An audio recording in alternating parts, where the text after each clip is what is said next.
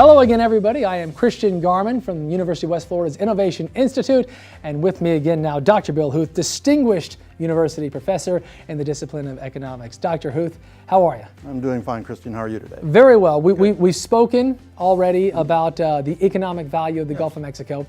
This topic that we're about to talk about is something that has garnered a lot of headlines, and that is the notion of lionfish and the fact that they've essentially invaded the Gulf of Mexico. Not only the Gulf, but the Caribbean as well. The Caribbean as well. And the Atlantic, southeast coast. So they're taking over. South. Yes, they are.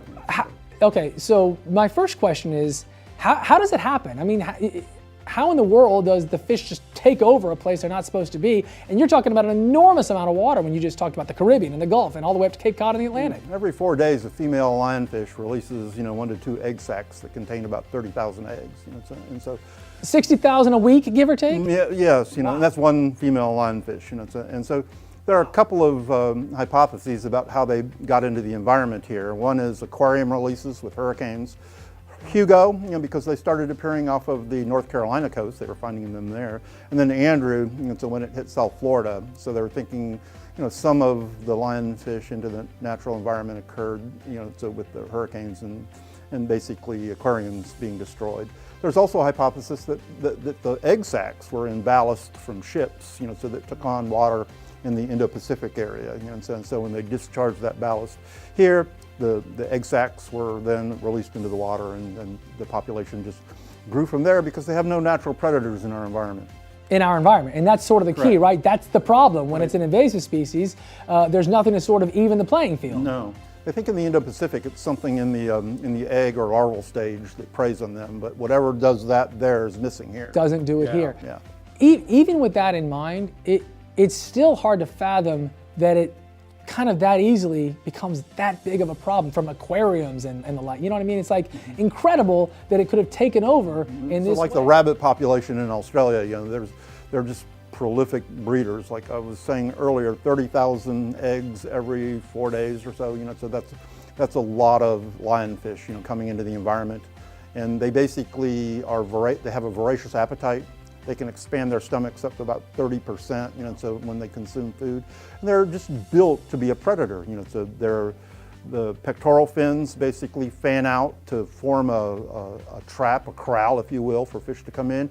And even little juvenile fish that we value, snapper, grouper, etc. So the lionfish basically forces out a puff of air when they come into that corral, which creates a current, and the fish naturally swims into the current so that it's more easily ingested.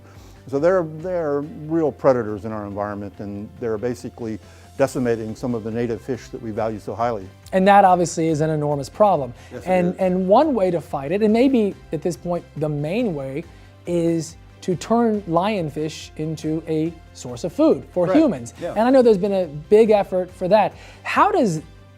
Do you and your buddies decide, hey, let's try this, or is there some sort of formal legislation to make that? How does that No, happen? It's a market, and wherever there's profit to be made, people will enter.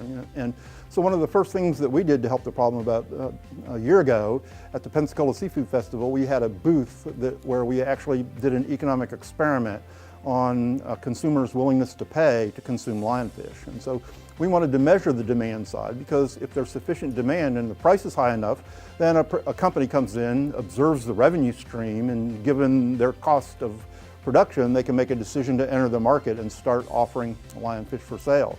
So we basically did that study at the Pensacola Seafood Festival, and we found that there was a significant premium that consumers were willing to pay for lionfish because of the beneficial effect associated with consuming them on the environment.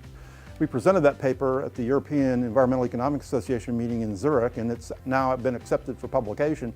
It's coming out in the Journal of Experimental and Behavioral Economics.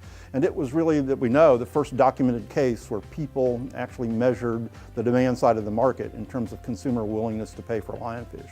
And we found when we told them, consumers, that the lionfish were a threat to native species, even an extinction threat, that's when they were willing to pay the most. As a matter of fact, it was $42.35 a pound. Wow. You can go to Publix and buy it for $30 a pound, but when consumers are aware, then that awareness basically leads to consumption. So right now, the problem with lionfish is on the supply side of the market. They're not that easy to catch. So the supply chain needs to develop, in order to get the lionfish to market. Right now, divers have to get them. And we've seen some video of that happening. One more question before the last thing. Are they, silly question, are they good? Are they tasty? Oh, they're quite tasty. That's what I've heard, yeah. I've had them in a number of different ways, and I would recommend that you go down to the Sake Cafe tonight and order their lionfish. He basically does it in a special way, so he basically ends up frying the whole fish. Maybe an upcoming date night for my wife and I. Interesting way to try it. And one thing that is part of your passion, and people who watch the intro piece with you know this, is you've got this plan to hopefully have a fleet of food trucks serving lionfish and teaching. We think that's going to be a wonderful thing to do, because we'll be able to get business and culinary students and hospitality students, to basically run our food trucks. But we'll have a food truck where we specialize in lionfish. And so in essence, it's basically a business and economic laboratory that we'll be able to take out to various food festivals and other places, around the state, hopefully even nationally, and create awareness, on the need to consume lionfish, and at the same time, to experiment with willingness to pay, how people are willing to substitute lionfish for other tasty fish like hogfish or grouper, snapper, etc. So it provides just a real experimental environment, for students, and from a research perspective, it allows us to take the other parts of the lionfish, not the fillet, the carcass, to researchers so that they can study stomach contents and things like that. It's a win-win, really. It's such a smart idea. So we have an RFP out there, or we're looking for, we have a proposal that we've developed, and we're looking to basically get our first food truck funded, but we hope to have a fleet of them. Well, that's great. Aim high, and it's a really cool idea. Indeed, thank you. Dr. Bill Huth, we've got more to come. Stay with us here on the web.